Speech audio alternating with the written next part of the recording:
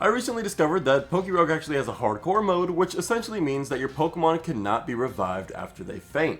So, with this being said, I decided to pick up some of my favorite shinies that I currently have unlocked, and decided I'm gonna try to beat the game without losing a single one of them. My first choice was Pidgey because it has access to the move Bleak Wind Storm, which is a strong move that hits both opponents on the field, making it good for double battles. My second choice was Charmander just because I do really like shiny Charizard, and my goal was to get a bunch of Mega Pokemon on this team. I added Zigzagoon to the team just because of its ability pickup, and I needed the extra items. I discovered I had a tier 2 shiny Torchic, so how could I not add that to the team? As I then rounded my team out with Squirtle and Igglybuff mainly just because I couldn't afford anything else. This run started off amazingly, as after we took out a Yungoos on Wave 2, we got access to the Mega Bracelet. As it says, this gave us access to all of the Mega Stones we need for all of our available Mega Pokemon. Apparently, it didn't take much for Igglybuff to evolve, as right after this, it evolved into Jigglypuff, as I then found the Moonstone allowing me to evolve Jigglypuff directly into Wigglytuff. After encountering a Boss Poochyena on Wave 20 and taking out with Bleak Wind Storm, Pidgey evolved into Pidgeotto, giving our team a very nice power boost. Wave 25 was the first time we fought our rival Ivy, at least in a meaningful way. Monferno gets sent out first, but it's weak to Bleak Wind Storm, so it just gets annihilated in the process. Tinkatink comes out next, and its Fairy Steel typing could definitely be a problem in the future, but for now it's still very weak, and just a couple Bleak Wind Storms are able to take it out. Her final Pokemon was Chumbeak, which did manage to dodge a Bleak Wind Storm on the first turn, hitting me with an Echoed Voice before getting taken down to just 1 HP. Due to Leopard Berry, I restored Bleak Wind Storm, took down Chumbeak, and defeated our rival Ivy. Charmander ended up evolving into Charmeleon shortly after, giving us a small but still necessary boost to our team's power. Wave 30 was our first time against a gym leader, and it was none other than Erica. If you've seen my videos before, you probably are very familiar with this gym leader, as we pretty much sweep her every single time. Torchic ends up evolving into Combuskin, and even with the tier 2 shiny, I'm not really a fan of this thing, as it's just kinda weird. Gloom ends up getting sent out and gets obliterated immediately by another Bleak Wind Storm, before our Squirtle evolves into a Wartortle and is looking a little bit more blue due to my access to the tier 2 shiny variant of Squirtle. Erica then sends out her Bellsprout and it gets met with a Bleak Wind Storm, taking it out and defeating Erica. After defeating a Mightyena on Wave 35, our Zigzagoon evolved to a Linoon, and if you guys like this Pokemon, say hi and goodbye now because we're not going to be seeing this for a very long time. Wave 40 was actually our first ever scare as we were fighting a boss Poniard that managed to dodge quite a few moves.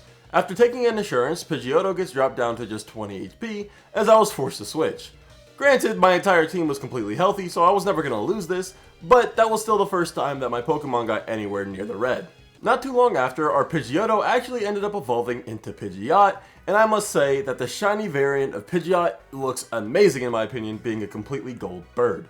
Combuskin then evolved into Blaziken, and this actually looks pretty good. I think I do prefer normal Blaziken, but being a custom shiny is still always awesome. On Wave 55, we went up against our rival Ivy for the 4th time.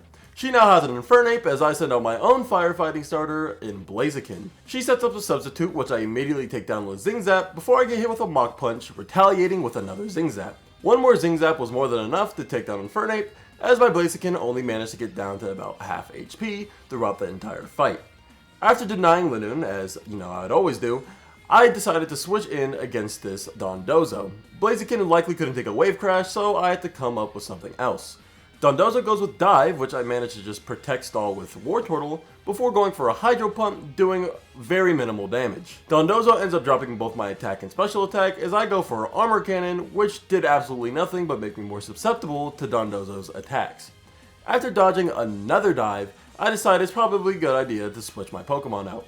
I send Pidgeot and get off a Bleak Wind Storm, which does significant damage to Dondozo, before I decided to switch back into Wartortle, trying to preserve my Pidgeot's HP. I thought that getting a Hydro Pump off with Wartortle would have been more than enough to take down Dondozo, but it was just short of taking it out, as I didn't get confused and hit myself twice while taking a dive. I decided to gamble and go for a Shore Up, healing myself back up to 75% HP, protecting against the dive and taking out the Dondozo with a final Hydro Pump. This hard-fought victory inspired Wartortle to evolve into the big man Blastoise, before our Charmeleon evolved into the also menacing Charizard. It was now time for Wave 60 and our next gym leader fight against Lenora and her team of normal types. Rufflet was up first, and instead of going for a Zing Zap on turn 1, I decided to go for a Burning Bulwark, just burning the Rufflet in the process for literally no reason. Zing Zap was more than enough to KO it on the next turn, as she then sends out her Audino. Audino gets met with a Thunderous Kick that critical hit it, making it a lot more damaging than it needed to be, as Watchog meets the exact same fate as Audino. Sawsbuck then came in and met the same fate, getting one shot by a Blaze Kick, giving us our victory against Gym Leader Lenora. Next thing you know, we're on wave 80 fighting against the legendary Pokemon Virizion, as this might have... Never mind, it just got one shot. Wave 89 is when this run completely changed, as we got access to give heavy training, completely changing our Blaziken's ability into Speed Boost. All we had to do was defeat it in battle without losing a single Pokemon. Bleakwind Storm was enough to take Blaziken down to half HP, as I get taken down to just 5 HP from a Thunderous Kick, before landing the Bleakwind Storm and taking down the Blaziken, giving us Speed Boost. For those of you worried that Blaziken would no longer be on the team, because I technically did defeat it, it was still there, so do not worry, I thought the same thing. Sawsbuck came out as we fought against Gym Leader Gardenia and her team of grass types. I decided to set up a Calm Mind before getting hit with a Double Edge, prompting our Pidgeot to one-shot every single Pokemon on Gardenia's team. Roserade and Sawsbuck both get obliterated by Bleakwind Storm, as Charon meets the exact same fate. She then sends out her Leafeon, which actually managed to avoid not one, but 2 Bleakwind Storms, landing 2 Leaf Blades, but not getting a single crit.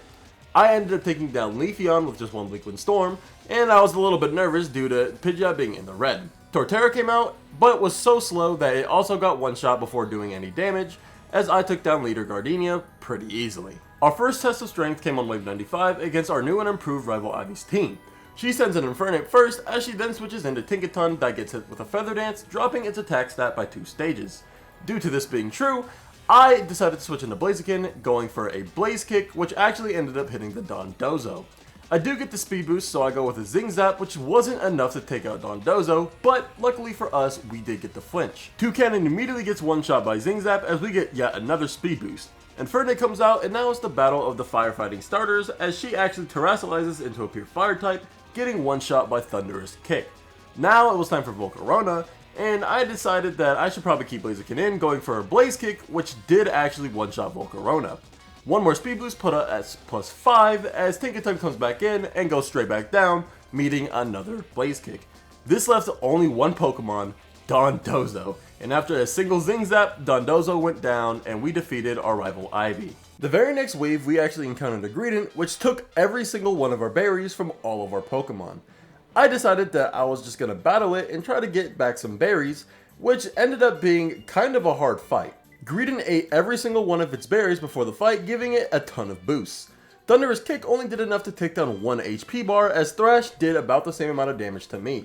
Its Cheek Pouch ability allowed Greedent to heal back up to full HP practically after every single turn, which proved to be a pretty big problem. Blaziken dropped down to 46 HP and I was pretty nervous, but with one more Thunderous Kick, I was able to one-shot the Greedent, giving us a bunch of berries back, and actually giving us access to a Reviver Seed for each of our Pokemon. This was really good because now none of our Pokemon would die in one turn, and we had a bit of a safety net. Wave 120 rolled around and it was time to fight the next gym leader Fantina and her team of Ghost types. Sableye was up first and it got hit with a Zing Zap, taking it down to about 5% HP before it goes for a Phantom Force. I wasn't too sure if Blaziken would live this attack, so I decided to switch into Wigglytuff, completely avoiding it. Gravapple took down the Sableye in just one hit, as another one takes down their Jellicent to just 1% HP. One more Gravapple was more than enough to take down this overblown Jellyfish before Drifblim comes out, and I debate switching out here, but to be honest, I felt like I didn't really have a better choice, as I decided to go for a Play Rough with Wigglytuff. Due to its huge power ability, this did take Drifblim down to just 1% HP, as it raises a couple of its stats, landing 2 Air Slashes, flinching me in the process. I decide to go into Big Man Blastoise, tanking an Air Slash pretty well, before I go for a Flash Cannon, taking out the Air Balloon. Fantina then sends out Spiritomb, and I didn't really have any crazy good moves against this thing, so I decided to go for a Flash Cannon before getting hit with a Batty Bat on Wigglytuff. This put Wigglytuff down to 5 HP, but I decided to go for a Play Rough, which I did actually miss, proccing my Reviver Seed after I was taken down. I did land the Play Rough on the second attempt though, taking down the Spiritomb in just one hit. Miss Magius came out and actually ended up terrestrializing into a Ghost type, making its stab Ghost moves just a little bit more damaging. It decided to go for a Confuse Ray as I went for Soft Boiled, healing myself up back to full HP. I decided to stay in with Wigglytuff and try to go for a Play Rough, which did take Miss Magius down to a little bit below half, as one more was able to take it out. Wigglytuff was now at a little bit below 50% HP as Dusknoir came out, and I decided to go for a Play Rough, taking it down to half HP. Its pressure ability actually made it to where I could no longer hurt Dusknoir with Wigglytuff, so I was forced to switch in. I sent in Blaziken and went for a Blaze Kick, taking down Dusknoir, giving us our victory on wave 120 against Gym Leader Fantasia. It was now time for wave 145, and you guys know that this wave is one of the hardest and biggest skill checks in PokeRogue, as Ivy sends in her shiny Rayquaza. This Rayquaza could be pretty hard to deal with depending on its moveset, but luckily for us this Rayquaza's moveset was pretty terrible. I decided that I should switch into Blastoise as Rayquaza actually goes for a Fly. This was perfect because I have access to Protect, making it so Rayquaza would never hit me when using Fly. Brian actually outsped Rayquaza because I do have the Baton item, passing all of Blaziken's speed boost onto the rest of my team as long as I switch. Wigglytuff comes in and I go for a Play Rough, but Ivy predicts it and switches into her own fairy type, being Tinkaton. Now this made it so I wasn't very effective as I switched in Charizard, taking a Gigaton Hammer pretty well. I decided to go with a Flamethrower, which does actually take out Tinkaton in one hit, as she decided not to switch out. This activates my Charizard's Battle Bond ability, which boosts 3 of my stats.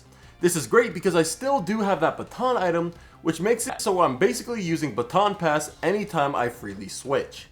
Wigglytuff comes in and takes a ton of damage from Wave Crash as I decide to go for a Grav Apple.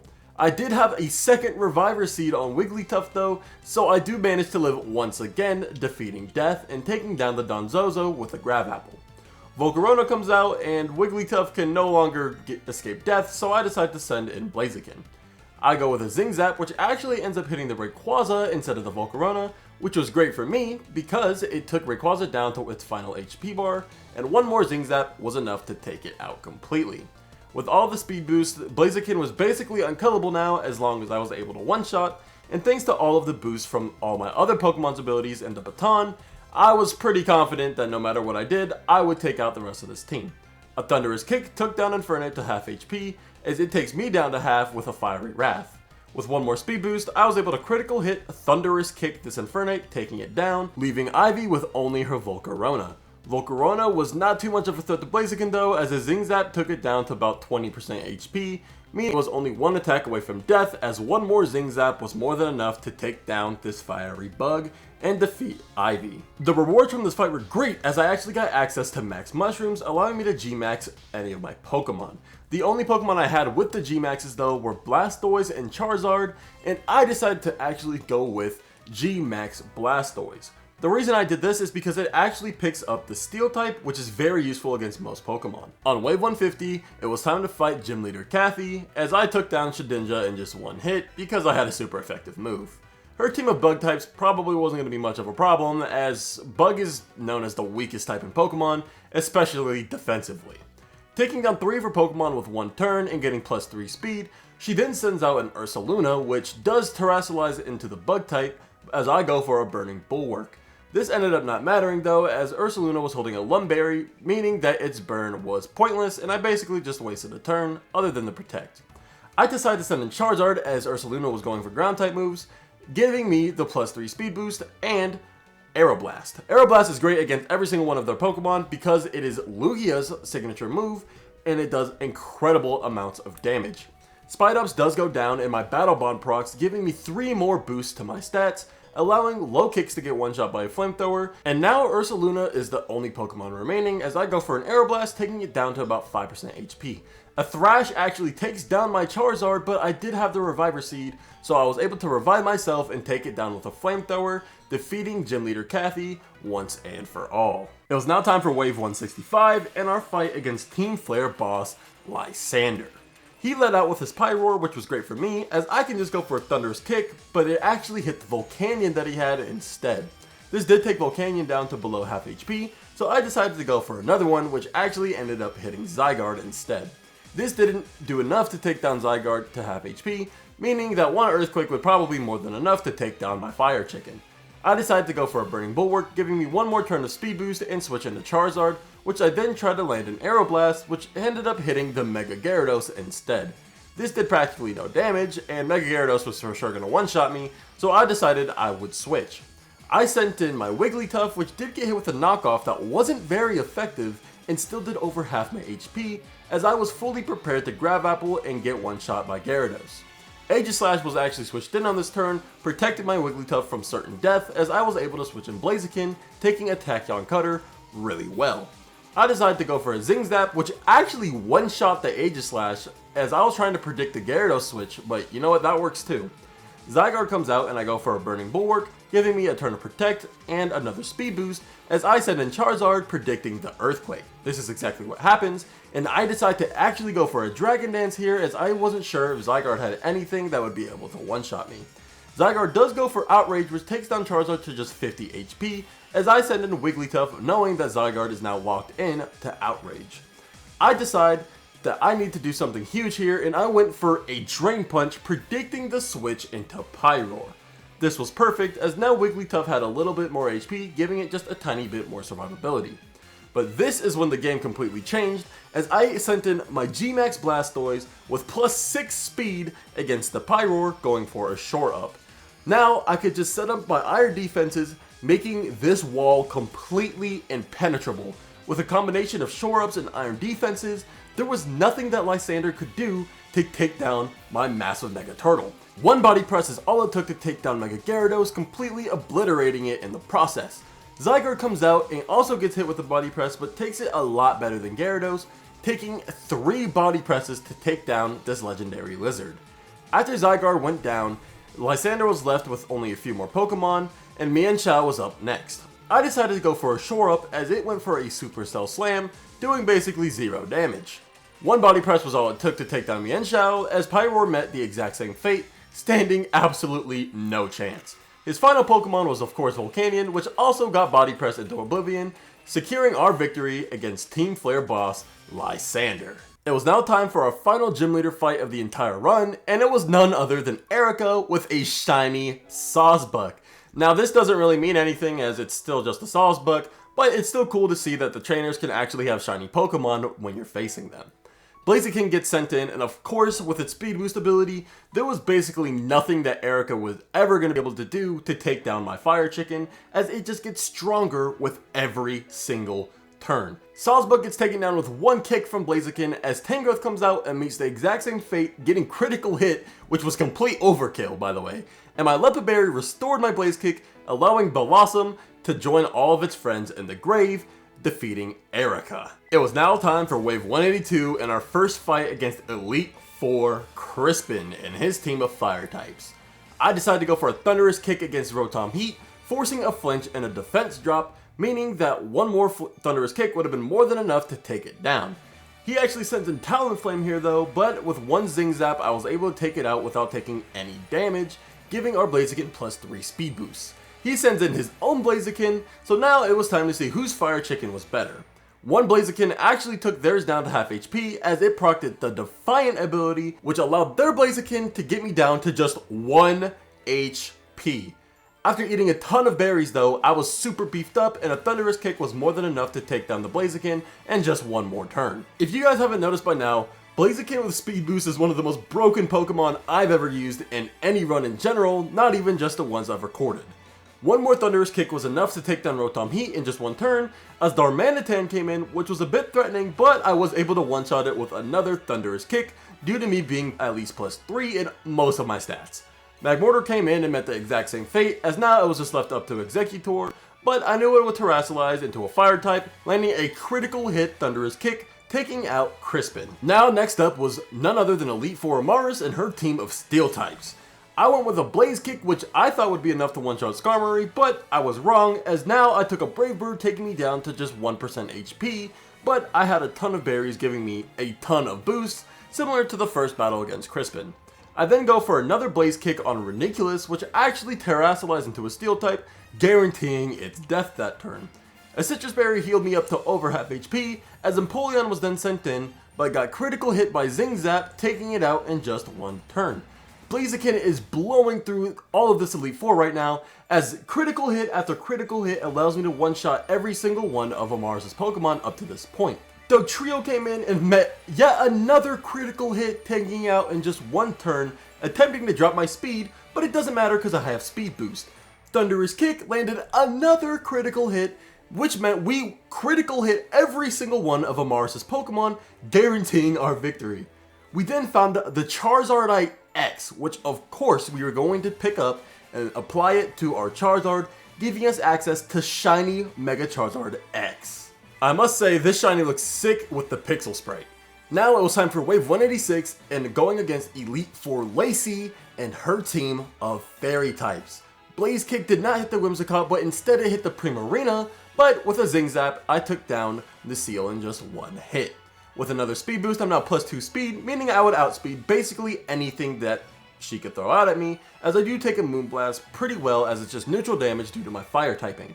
2 Blaze Kicks is enough to take down the Cake, giving me another speed boost as Granbull gets sent out, proccing my Defiant ability, giving me +2 attack. It does take me down to 48 HP with a single Play Rough, but then, like the 3 battles before, I procced every single one of my berries, making Blaziken basically unkillable and capable of sweeping the entire Elite Four, as I take down both Granbull and Whimsicott with a Blaze Kick, and Excadrill comes out next. A Blaze Kick did take Excadrill down to half HP, as it did actually take me out, but due to my Reviver Seed, Blaziken was able to stay in. I was pretty afraid now, so I decided I was switching to Pidgeot, dodging the Earthquake, and going for a Bleak Wind Storm, which actually ended up hitting a Tinkaton. This wasn't great for me, and I needed to switch, so I sent out my new and improved Charizard, Mega Charizard X. And with this, I decided to go for a Flamethrower, which was of course more than enough to take down Tinkaton in just one hit, as Excadrill comes back out, and I decided to go for another Flamethrower, taking it out in one turn, securing our victory against Lacey. Elite Four Drayton was up next with his team of Dragons. I decided to go for a Burning Bulwark on turn 1, burning the Dragonite in the process and giving us a good little speed boost. I then decided to go for a Zing Zap, trying to get a flinch, but that didn't happen as Dragonite went for an Aerial Ace. Kingdra was then swapped in and took the Zing Zap, getting it down to just half HP, which meant with one more I was able to take down Kingdra, eliminating the water type threat. Tyrantrum came in next and was met with a Thunderous Kick, which of course critical hit and one-shot it in just one turn. And now I'm outspeeding absolutely everything at +5 speed, and I go for a Burning Bulwark, burning the Haxorus in the process. This cut Haxorus attack stat to about half as I send in the Big Man Blastoise. It did go for a Focus Energy, so I did have to be wary of some crits here, but I was convinced that Haxorus didn't have anything that would be able to one-shot my Blastoise, so I decided to go for an Iron Defense before going with a few Body Presses, taking down the Burnt Dragon. Archaludon came in next, and I actually decided to go for another Body Press, which did take Archaludon down to half HP. One more Body Press took it down to about a quarter of its HP, and the third one did not hit the Archaludon, but instead hit a Sceptile, which did end up taking it down on just the next turn. Archaludon, of course, was switched back in and was immediately taken down, as Dragonite met the exact same fate, as Drayton falls to the Big Man Blastoise. And as if things couldn't get any better, we got access to the Blazikenite, making our strongest Pokemon even better. Now this shiny sprite looks absolutely awesome, and I'm loving the custom shinies in this game. They are just phenomenal. It was now time to go against the champion, Kieran. Now this champion fight was not scary at all, as I sent in my Mega Blaziken on the first turn, and I was feeling really good about the rest of this run. As speed boost does go off, and I go for a Burning Bulwark, burning his Dragonite in the process, and now I was at +2 speed. A single Zing Zap took down Dragonite to about a quarter HP, as it did heal up with Citrus Berry. One more Zing Zap was more than enough to take down the Dragonite, and now I'm at +4 speed. Politoed came in, which was a questionable choice, as Zing Zap was more than enough to one-shot it after Kieran saw that I had it about 4 times. Ursaluna Blood Moon came in though, and Thunderous Kick was way more than enough to dealing 705 damage, one-shotting the Ursaluna. Mega Blaziken looked absolutely unstoppable as Hydrapple got sent in. At this point, I was feeling myself as I went for a Burning Bulwark, which did manage to dodge the Dragon Pulse. Seeing as Hydrapple was a fighting type, I wanted to send in Wigglytuff to spread the love a little bit, and I managed to dodge the Dragon Pulse with my Fairy typing. Play Rough was more than enough to one-shot it, likely due to Wigglytuff's huge power ability. With Hydrapple out of the way, Wigglytuff was looking like an absolute menace, rivaling even that of Blaziken. Now that might be a little bit too much glaze, but we're going to say that for the plot anyways. Drain Punch wasn't very effective on Terapagos due to its Terra Shell ability, and I decided that I should probably switch, sending in none other than Mega Charizard. With the Baton Pass, I still had all of the boosts from all of my Pokemon beforehand, namely Blaziken, which meant with a single Aeroblast, I actually missed, and it missed a Grimmsnarl at that. So, with that miss, I decided to send in the big man once again, as it took a Play Rough extremely well, dealing only 115 damage. At this point, I decided why not just go for some Iron defenses, boosting me all the way up to +4.